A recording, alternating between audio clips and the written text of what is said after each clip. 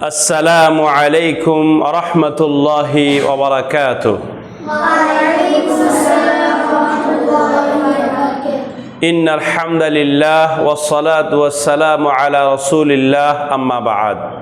মাদ্রাসাতুল বানাত as-সালাফিয়া ফেনীর শিক্ষার্থীরা, সর্বপ্রথম আমরা সেই আল্লাহর শুকরিয়া আদায় করি যেই আল্লাহ সুবহানাহু ওয়া তাআলা আমাদেরকে আসরের সালাত জামাতের সহিত আদায় করার পরে কোরআনের গল্প শোনার জন্য বসার তৌফিক দান করেছেন। এজন্য আমরা আমাদের অন্তরের অন্তরস্থল থেকে মহান আল্লাহ শুকরিয়া আদায় করি, আলহামদুলিল্লাহ।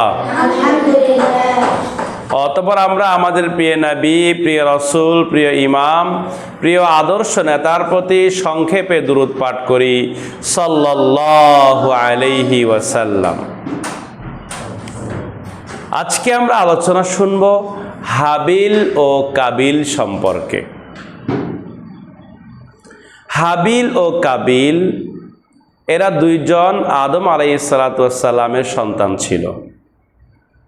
আমরা এর আগে শুনেছি আদম আলাইহিস সালাম এবং হাওয়া আলাইহাস সালামের ঘটনা। ওনারা জান্নাত থেকে দুনিয়ায় আসছে, এটাই আল্লাহর পরিকল্পনা ছিল। দুনিয়াতে আল্লাহ সুবহানাহু ওয়া তাআলা এই দুনিয়াকে সৃষ্টি করেছেন 6 দিনে। সৃষ্টি করে এই দুনিয়াকে মানুষের বসবাসের উপযোগী করে তৈরি করলেন। তা আদম ও হাওয়া আলাইহাস সালাম এই দুনিয়াতে নতুন করে জীবন শুরু করলেন। তাদের সন্তান হওয়া শুরু হলো দুইজন করে। প্রথমে একটা ছেলে একটা মেয়ে, পরে আবার জন্মগ্রহণ একটা ছেলে একটা মেয়ে। তখনকার সময় আল্লাহর দেয়া নিয়ম ছিল যমজ ভাই বোন একে অপরকে বিয়ে করতে পারবে না। প্রথমে যারা জন্মগ্রহণ করে এরা পরবর্তী যারা জন্মগ্রহণ করে এদের সাথে বিয়ে হবে। তো এরকম আদম আলাইহিস সালামের সন্তানদের মধ্যে হাবিল ও কাবিল, এক ঘরে হাবিল আর এক ঘরে কাবিল, হাবিল ও কাবিল জন্মগ্রহণ করল। হাবিলের সাথে যে বোন ছিল, যমজ বোন, সেটা ছিল কালো। আর কাবিলের সাথে যে বোনটা ছিল, যমজ বোন, সে ছিল অপরূপ সুন্দরী। এখন কাবিলে এই হাবিলের সাথে এই বোনকে বিয়ে করতে হবে, এটা হলো আল্লাহর নিয়ম। আর হাবিল বিয়ে করবে কাবিলের সাথে যমজ বোনকে, সুন্দরটাকে। কিন্তু কাবিলের ভিতরে শয়তানে হিংসা বিদ্বেষ ঢুকালো যে আমি কালোকে বিয়ে করব না, আমি আমার যমজ বোনকে বিয়ে করব। সে ছিল পাপী, অহংকারী, সে ছিল অসৎ। তো হাবিল আল্লাহর বিধান মেনে চলতো, হাবিল ছিল সৎ ব্যক্তি। দুজনে আস্তে আস্তে বড় হতে হাবিলে ভেড়া পালতো, পশু লালন পালন করতো, অনেকগুলো ভেড়া পালতো। আর কাবিলে কি করতো? ফল চাষ করতো, জমিতে চাষাবাদ করতো, ফল চাষ করতো, ফল উৎপাদন করতো। এখন দুজনে যখন বিয়ের সময় হলো, এই যে সমস্যা তৈরি হয়ে গেল হাবিল আর কাবিলের যেই বিয়ের সমস্যা, তখন হাবিলে কাবিলের কথা শুনে না, এটা বড় ধরনের সমস্যা হয়ে গেল। সবাই মিলে আদম আলাইহিস সালামের কাছে গেল, আদম আলাইহিস সালামে তাদেরকে বুঝাইলো, তারপর কাবিলের কথা শুনে না। অবশেষে আল্লাহর বিধান হলো কি, দুজনে কোরবানি দিবে। যার কোরবানি কবুল হবে তার কথাটাই বাস্তবায়ন হবে।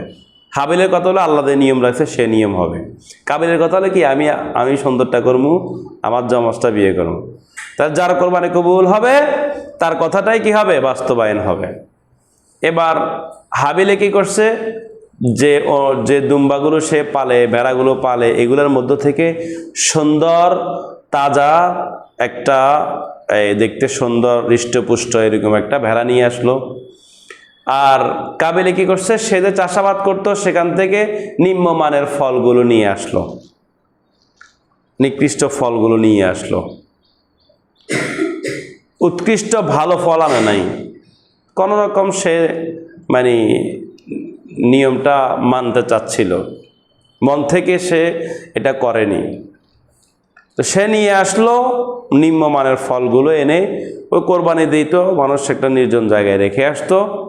কবুল হতো কিভাবে? এটা বুঝতো, আকাশ থেকে মেঘ এসে ওই কোরবানিটা পুড়ে ফেলতো, তখনই বুঝতে হবে তারটা কবুল হয়েছে। তো দুজনে কোরবানির এই পশু রেখে আসলো আর ফলগুলো রেখে আসলো, রেখে এসে দূরে এসে দাঁড়িয়ে রইল, কোরবানির অপেক্ষা করতেছে। হ্যাঁ, এদিকে আকাশ থেকে মেঘ এসে আগুন এসে হাবিলেরটা কবুল হলো, হাবিলেরটা পুড়িয়ে মেঘ চলে গেল, কাবিলেরটা রয়ে গেল। এবার তো কাবিল আরো মানে রাগ বেড়ে গেল, শয়তানের ধোকায় তার অহংকার বেড়ে গেল। গ্রামের সবার মাঝে এই হাবিলের মর্যাদা বেড়ে গেছে, আমার মর্যাদা কমে গেছে, আমার কোরবানি কবুল হয় নাই। হাবিলে বলতেছে ইন্নামা ইয়াতাকাব্বালুল্লাহু মিনাল মুত্তাকিন, আল্লাহ মুত্তাকিদের থেকে কবুল করেন। এবার হাবিলে কি করছে, কাবিলকে বুঝাইছে, আর কাবিলে কি বলছে, আমি তোমাকে হত্যা করে ফেলবো। এই পৃথিবীর এর আগে কেউ কাউকে হত্যা করে না, এই প্রথম হত্যা কথা বলছে কাবিলে। এবার হাবিলে বলতেছে তুমি আমাকে হত্যা করলে আমি তোমাকে হত্যা করার জন্য চেষ্টাও করব না, আর তুমি আমাকে হত্যা করলে তুমি আমার গুনাহ এবং তোমার গুনাহ নিয়ে জাহান্নামে চলে যাবে। তো আল্লাহ সুবহানাহু ওয়া তাআলা এই হাবিলের কথাগুলো এখনো কোরআনে রাখছেন। আর কাবিল যে এই যে হত্যার একটা ঘটনা ঘটাচ্ছে, তার এই কথাগুলো আল্লাহ কোরআনে রাখছেন। এবং কিয়ামত পর্যন্ত যত হত্যা চলবে পৃথিবীতে, সমস্ত হত্যার গুনাহ ওই কাবিলের মানে কাঁধে যাবে, কারণ সে শুরু করছে এই পাপটা, হত্যার পাপটা সে শুরু করছে। মানুষ মরে যেত, মানুষ যে মরতো এটা মানুষ দেখতো, কিন্তু মানুষ মানুষকে হত্যা করে মেরে ফেলতো এটা মানুষ দেখে নাই। প্রথম দেখাইছে এ কাবিলে। একটা নির্জন জায়গায় হাবিলকে নিয়ে গেছে, নিয়ে গিয়ে তখন এই শয়তানের প্ররোচনায়, শয়তানের ধোকায় কি করছে, কাবিলে একটা পাথর নিয়ে হাবিলের মাথায় জোরে আঘাত করছে। আঘাত করার পরে হাবিল পড়ে গিয়ে মারা গেছে। মরে যাওয়ার সাথে সাথে কাবিলের ভিতরে যে রাগ ছিল, ওই শয়তানের যে রাগ তৈরি করছে, এর রাগ নেমে গেছে, রাগ শেষ হয়ে গেছে। সে এখন আফসোস করতেছে, হায় আমার ভাইকে আমি মেরে ফেললাম। এবার এই নির্জন জায়গা থেকে এই ভাইয়ের লাশটা কাঁধে করে আনতে আনতে, টানি টানি আনতে আনতে সে ক্লান্ত হয়ে বসে রইল। লাশটা কি করবে সে সেটা জানে না। আল্লাহ দুইটা কাক পাঠালেন, একটা কাক আসলো, পরে আরেকটা কাক আসলো, এসে দুইটা কাক ঝগড়া করলো, একটা কাককে মেরে ফেললো। এবার মরা কাকটা পড়ে গেল, জীবিত কাকটা নেমে এসে মাটি খুঁড়ে এই কাকটাকে টেনে এনে মাটি গর্তের ভিতরে ফেললো, ফেলে মাটি দিয়ে এর দাফন করে দিল। এবার কাবিলে আফসোস করতেছে, হায় আমি এই কাকের মতো কিভাবে লাশকে দাফন করব এটাও জানতাম না, এই কাকের মতো। তারপরে সেও কি করছে, গর্ত করে ভাইয়ের লাশটাকে দাফন করছে। এরপরে তার ভিতরে বিশাল একটা আফসোস, হায় ভাইরে আমি হত্যা করে ফেলছি, এটা ভাইকে তো আর ফিরে আনতে পারবে না, মেরে ফেলছে, শেষ। এরপরে আল্লাহর মাধ্যমে আল্লাহ আদম আলাইহিস সালামকে বিষয়টা জানিয়ে দিয়েছেন, এদের কোরআন আয়াত নাজিল হলো, কোরআনের ভিতরে এই বিষয়টা রয়ে গেল। পৃথিবীর ভিতরে কিয়ামত পর্যন্ত যত মানুষ আসবে সবাই এই ঘটনা জানবে, তখনও জানাজানি হয়ে গেল বিষয়টা। তো কাবিল এরপরেও মানে কি হলো না, সম্মানিত হলো না, সে সবার কাছে অপমানিত, লজ্জিতই হলো। এই হলো হাবিল ও কাবিলের সংক্ষিপ্ত ঘটনা। আরও অনেক ঘটনা রয়েছে। তো এই ঘটনা থেকে আমরা কি শিখলাম? এই ঘটনা থেকে আমরা শিখলাম ভালো মন ও আন্তরিকতা দিয়ে দান করলে আল্লাহর কাছে তা গ্রহণযোগ্য হবে। একবারে ভালো মন আন্তরিকতা দিয়ে দান করলে, দান সৎকার করার সময় মানে ভালো মন অন্তর থেকে দিতে হবে। বুঝে আসছে? শুধু দান নয়, আমাদের সালাত পড়ি সেটাও মন থেকে খুব গুরুত্ব সহকারে সুন্দর করে পড়তে হবে, তাহলে আল্লাহ এটা কবুল করবেন। বুঝে আসছে? যদি ওস্তাদের ভয়ে ওস্তাদের মারবে সুন্দর করে না পড়লে, এরকম করে যদি পড়ো তারই কবুল হবে? আল্লাহ কবুল করবেন না। 2 নম্বরে শিখলাম অহংকার ও হিংসা কখনো ভালো ফল বয়ে আনে না। অহংকার থাকলে আর হিংসা থাকলে এটা ফলাফল কি হয় না, ভালো হয় না। কাবিলের অন্তরে কি আছিল? অহংকার আছিল, হিংসা আছিল হাবিলের প্রতি। হিংসা আর অহংকারে কি করছে? ভাইরে হত্যা করছে। এটা কি ভালো কাজ হয়েছে নাকি? এই অহংকার হিংসা থাকলে তোমাকে দিয়েও শয়তানে খারাপ কাজ করাবে, এটা ভালো কাজ করাবে না।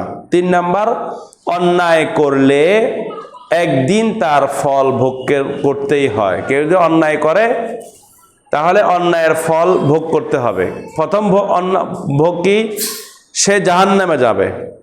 যাকে হত্যা করবে তার গুনাহ এবং নিজের গুনাহ নিয়ে কোথায় যাবে? জাহান্নামে যাবে।